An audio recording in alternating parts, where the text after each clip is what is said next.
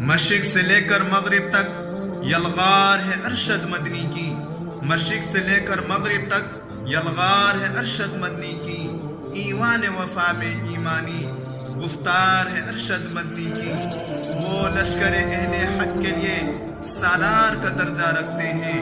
वो लश्कर अहले हक के लिए सालार का दर्जा रखते हैं। इस दौर में अहले बातिल पर तलवार है अरशद मदनी की। इस दौर में अहले बातिल पर तलवार है अरशद मदनी की। देखो, इन अशार में जो बात कही गई है वो मौलाना अरशद मदनी की हकीकत हाल ही का आईना है। मौलाना अरशद मदनी ने जिस जुर्अत से सच को जुबान दी वो इसी ईमानी गुफ्तार और सालार हक होने की दलील है। और आप जानते हैं, जब कोई हक की बात करता है तो फिर हकीकत छुपती नहीं, असल चेहरे खुद ब खुद नुमाया हो जाते हैं।